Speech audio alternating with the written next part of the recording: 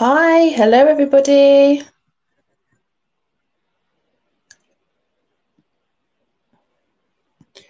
Hi everyone, just letting my colleague Dan join us right now. Just bringing him onto the call. Hi Dan. Hi Dan, can you hear us? Vicky, can you hear me now? I can hear you. There we go. You're here. Ah, good. How you doing? Good, thank you. Good, good. How are you? Not too bad, thank you very much. Good, good. And welcome to everyone who's joined us. I hope everyone's well and everyone's safe. And thank you for coming on board with this latest Blue Sky PR Twitter Q&A. Just a quick comment from me. I'm sure if anyone has seen the promos we've been putting out across social media the last 24, 48 hours, it was my colleague Steph King who was supposed to be joining me on this today. Obviously, Dan is not Steph. Probably already guessed. Steph's been pulled away on something else just quickly. So Dan, as our head of social media, has kindly agreed to join me today as well, and just sort of post some of the questions that everyone's asking us and has been asking us over the last week or so. If anyone's seen any of these before in the last week or so, we've all been taking part in these live Twitter Q&As to give everyone a platform in the recruitment industry to ask us any marketing, PR, social media questions that are, really at the top of your list at the moment, and we're answering them so that we can give everyone as much support and help as we can during these times. Dan, you hosted last week's one. Yeah. We've had a lot of interaction and a lot of engagement, so glad everyone's enjoying it. For this week's particular Q&A, because we've had so many questions coming in about events, replacing events, and surveys as well, we're doing a bit of an event survey focus. Doesn't mean if you have any other questions to ask beyond that you can't. Please do ask anything. But we're focusing on some of the questions we've had in the last week to do with events and surveys. So if you have any questions, post them, tweet them to us. Dan's monitoring social media, so he'll be pulling up any questions anyone's asking. You can always at me at Vicky Collins on Twitter, and I can answer questions at a later date if you don't want to ask today. But we have a couple that have come in already, don't we, Dan? If you want to sort of kick off with any of those. Yeah, sure. So, one of the first questions that has come in over the last couple of days is we've had a series of roundtable events scheduled in for the remainder of the year. Should we postpone them indefinitely given what's going on? Okay. But we've had this question asked a lot by some of our clients as well, and because of all of the journalists and events we work with quite naturally for our job anyway, we're obviously doing lots of replanning and reorganizing with people for upcoming roundtables and various events. And my advice would be, if you have anything planned that has to be postponed, obviously postpone it, but don't necessarily say indefinitely. Just say it's been postponed due to the current climate. Everyone gets that, everyone understands that. But stress the point that we are going to get through this. We are going to see another side of this, so that as soon as we're back to business as normal and we're back to being able to run and attend roundtables, that it will be replanned and rehosted, and everyone will be invited to come along again. Just to reassure people that you're not stopping everything and completely dropping off the radar. But on the flip side to that, I think, if you are having to postpone any roundtables, consider how else you could host these. Because yes, we're not able to physically meet with each other, but there are other ways to network, and there are other ways to bring our communities together again. And there's a lot going on where we're seeing virtual events and virtual roundtables. So if you had one lined up and you had a lot of interest in it, consider what else you can host instead. Could you do a Zoom call? Could you do a Zoom roundtable event? We've seen so many different Zoom video meetings taking place, some with quite hilarious results. You might end up having a blooper reel from a roundtable event. So you consider what else you could do. And if you had people already signed up to the roundtable as well, talk to them and ask them if they would be open to a different type of roundtable while we can't meet together. There might be people who have, who have got sort of some tech or platforms and software that you could use to run a roundtable as well. So, yeah, I wouldn't postpone it in the sense of not replacing it, but obviously it would need to be postponed face to face, given what's going on at the moment. So I hope that answers your question. Thank you very much, Vicky. And the second question we've had in is, which virtual events work best for recruitment firms?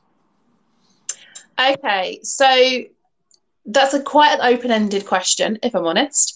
And the answer is it will depend on what the point of your event is, what audience you're trying to engage with, how many people you're trying to engage with.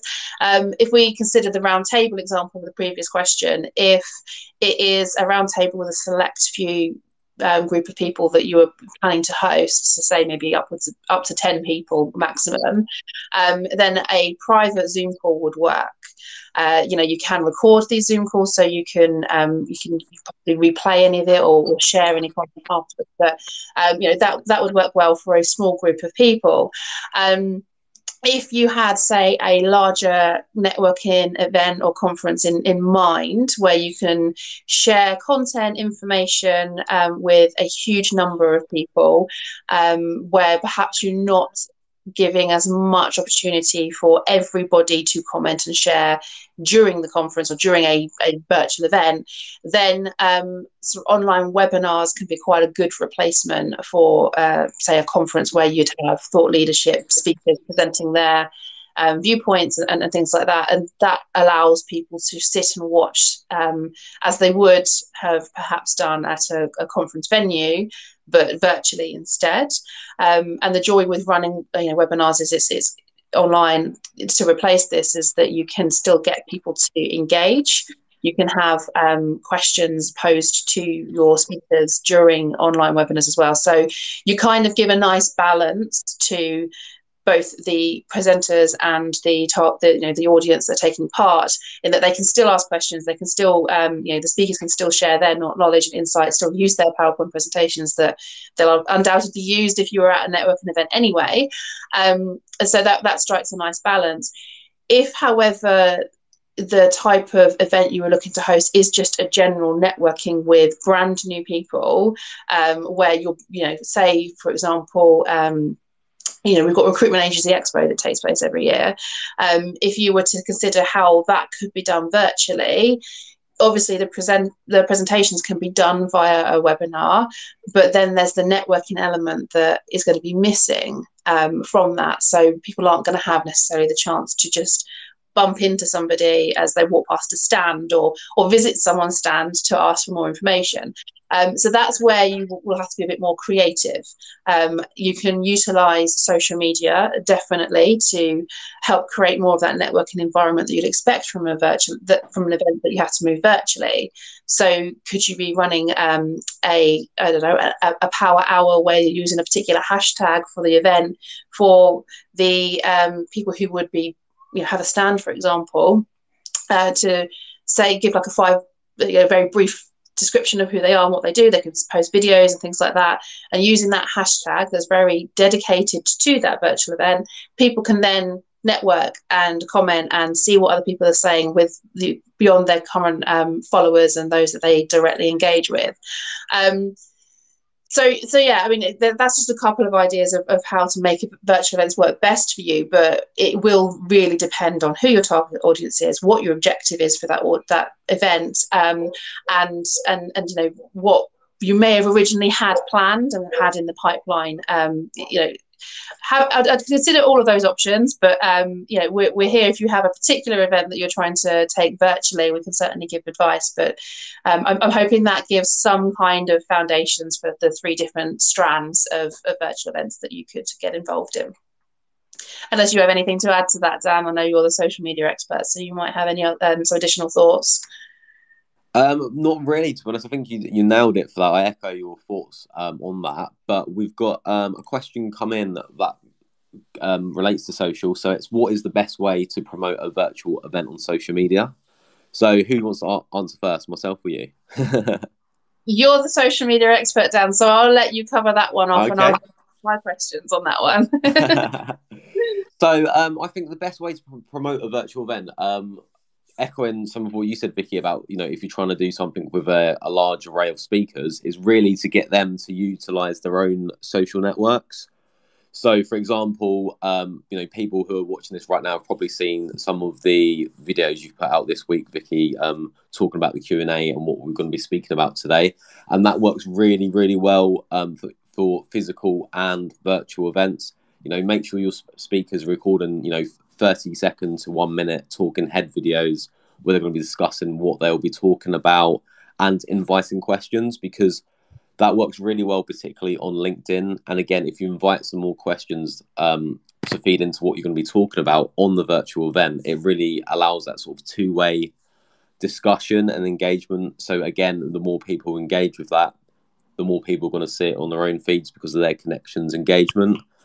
Secondly, make sure you're utilizing a wide array of content. So not only are you doing the talking head videos, but you're doing social cards. So, with the speaker, for example, an image of them on the left, and then a brief summary of what they're talking about, the time, date, event info, things like that. And again, make sure that you use a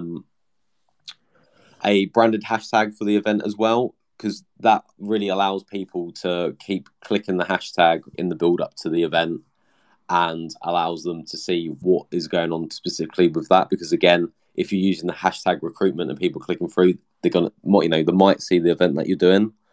But if you utilize that hashtag with a branded one that's unique to your event, you're going to get a lot more engagement that way. So people keep clicking that and searching to see what the latest is, if there's any more updates, if you've got any more speakers announced and things like that.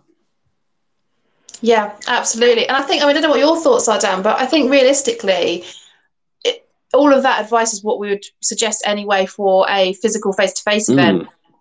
And I think that's one of the key messages for events, publicizing events anyway, is that actually you can still maintain the usual direction that you would when it comes to promoting your events over social media or across any other medium, because it may be a virtual event, but it's still an event.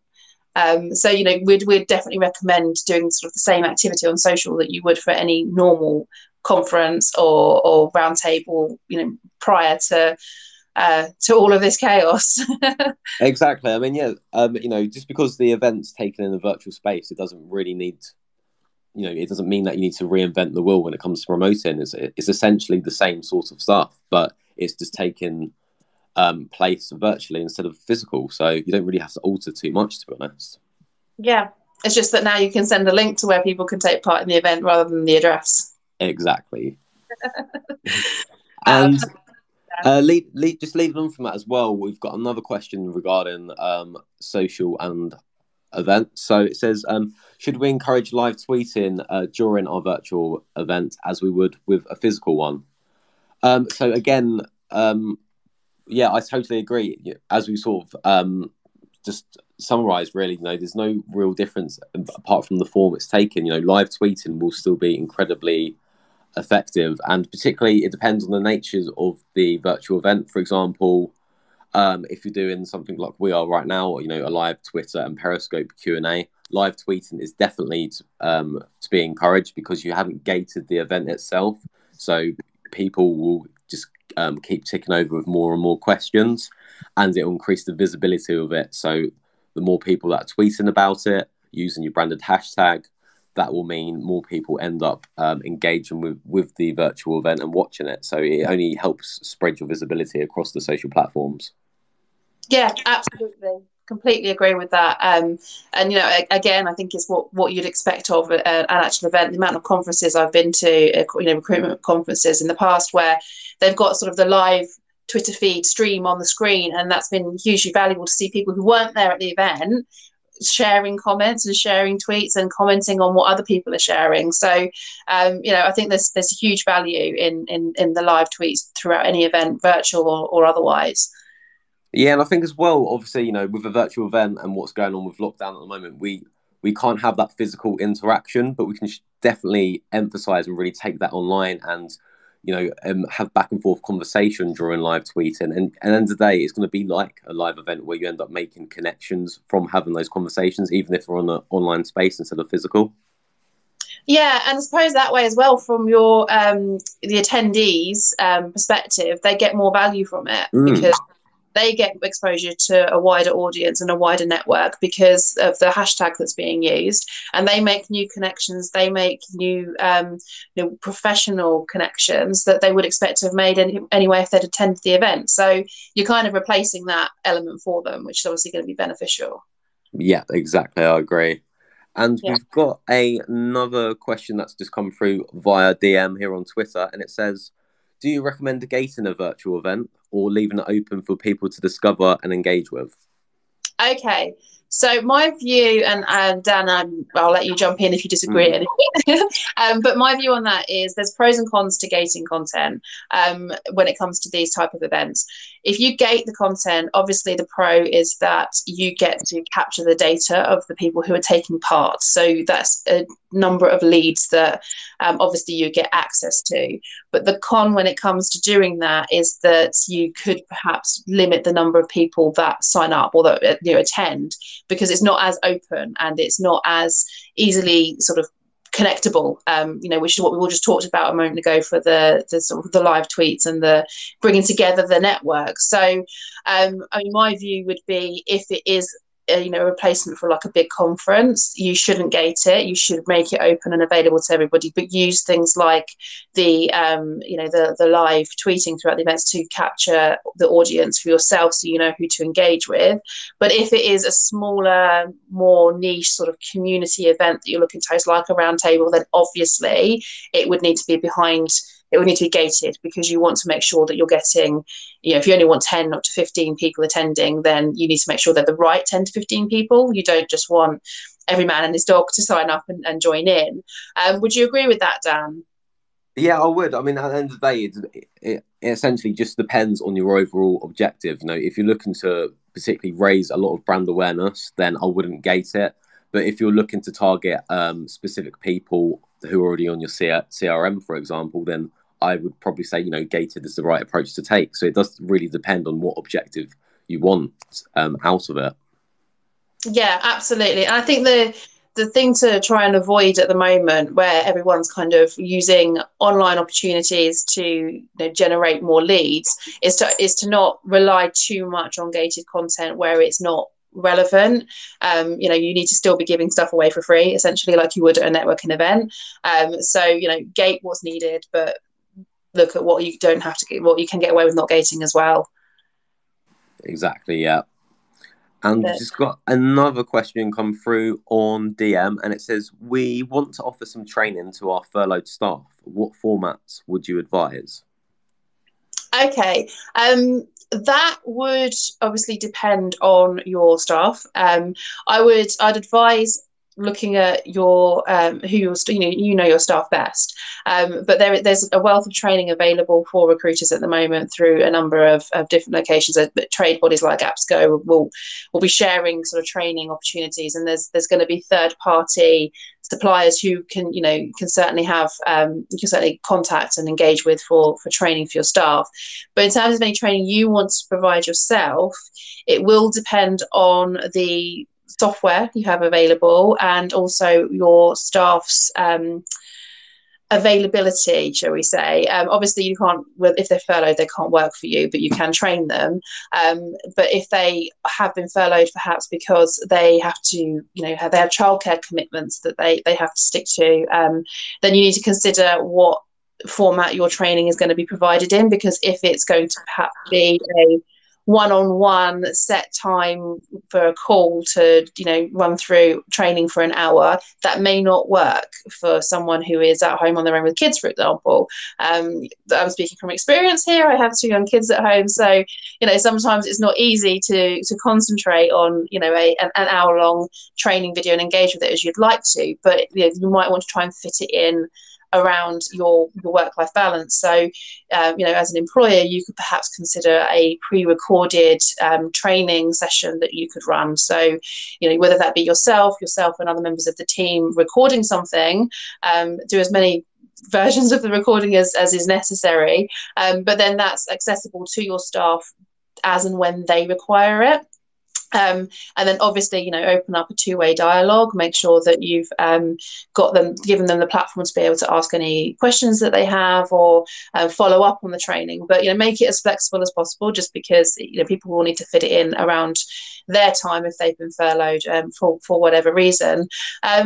And I think as well, ask your staff, talk to your staff, keep them engaged. They might not be working for you directly, but they're still your working family.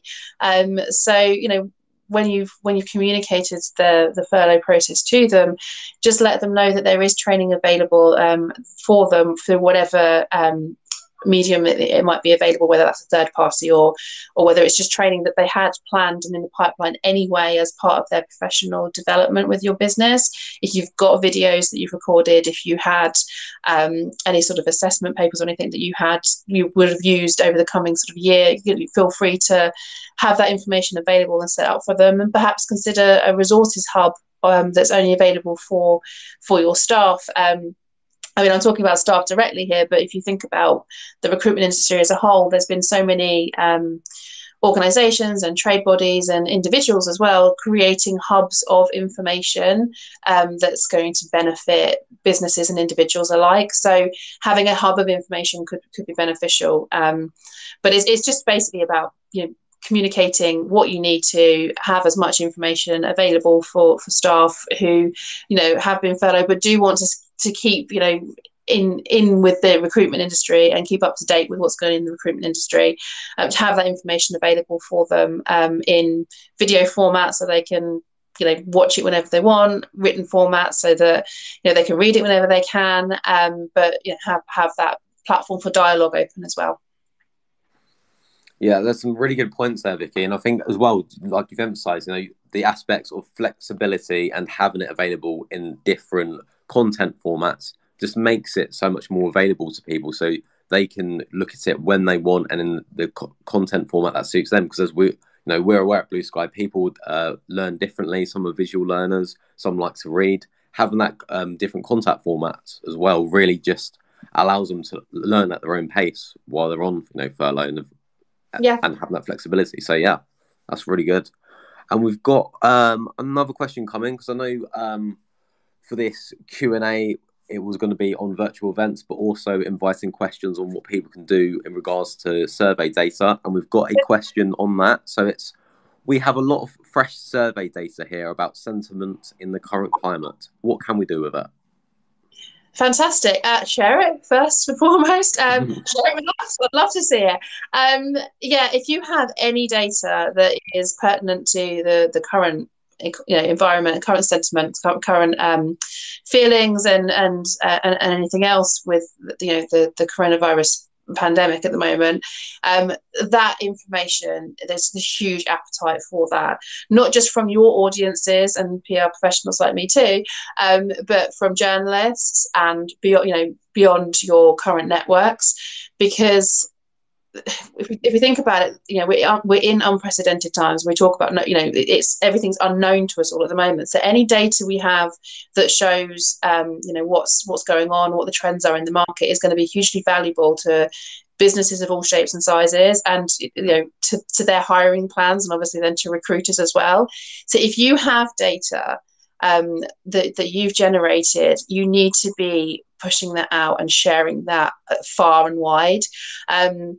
There can be the trap, and we've seen this before, of some agencies who have got a wealth of data that they're sharing internally and perhaps just hosting it on their CRM or just simply emailing it around to everyone and thinking, okay, there we go, we've done everything we can with this data, and you're just letting it go to waste, if I'm completely honest with you.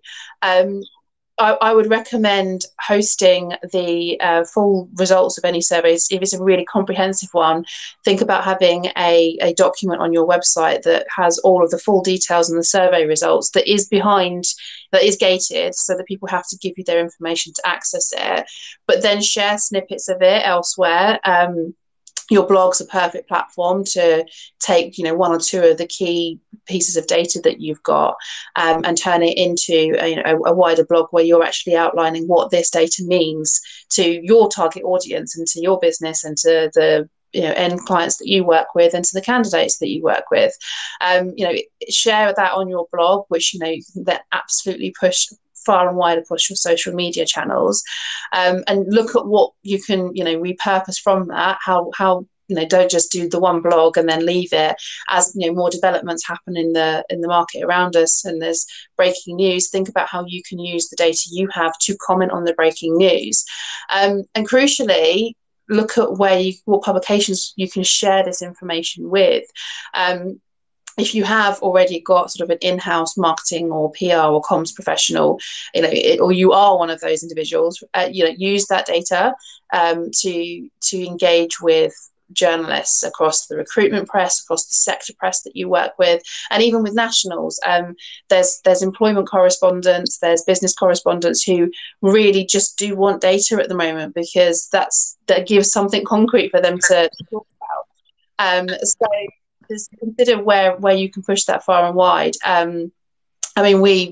We use a lot of data for our clients, and we work with AppsGo, and we have a wealth of data from them that we are sharing regularly with the recruitment audience, with the HR community, the business community, with various sector verticals as well, and across the national magazines, newspapers, sorry. And all I can say is journalists just love it. They absolutely lap it up. So if you have it, use it to your advantage. Absolutely. Thank you very much, Vicky. And I'd just like to emphasise as well something with survey data that I think more and more recruitment firms are starting to see the value in as well. As like you said, is repurposing that content, but also look at different ways you can present it. Don't just post a blog post on social media. Look at how you can present some of that data. Do a nice infographic that really grabs people's attention when they're scrolling through their news feeds across the social channels. Just making sure that you're stretching and squeezing sort of every last ounce of ROI out of that piece of work that you've put all your time and resources in will really put you in good stead. Yeah, absolutely. And I think just to add as well, I know it's not directly related to the question, but it's something that I've discussed with so many people over the last few weeks. A survey doesn't have to necessarily be a comprehensive survey. A one-off poll with just one question and a yes/no answer can actually be hugely valuable, as long as it's done very quickly and gives you the real-time results of what's going on in the market on a given sort of day, essentially. But that can be used on social as well, because you can post polls across social media channels. So consider where you can do snapshots rather than the comprehensive ones as well, because that gives you more engagement. It gives you more opportunity to have less of the sales message being pushed out to your audience, and it just gives you the chance to collate some data that's going to be valuable to your business as well. Exactly. I think that's all of the questions we've got sent in for today. Okay, fantastic. I haven't had any more ping up in my emails like I did last time, but I think everyone's DMing us all of them at the moment now, which is but thank you everybody for watching. Dan, thank you for joining me at short notice. That's okay. Really valuable to have you on, particularly with social media questions. If anyone else has any further questions, you can tweet us, you can DM us at BlueSky PR. You can email us, contact us, go to our website. All of our contact details are on there. We're all still working, we're all still available, so feel free to pick up the phone and call us. It's quite nice to have a phone call with somebody beyond having to talk to my children, so please do call me anytime you like. But other than that, thanks everybody, and thank you so much, Dan, and we'll see you next week for our next live Twitter Q&A. Thank you, see ya. Bye.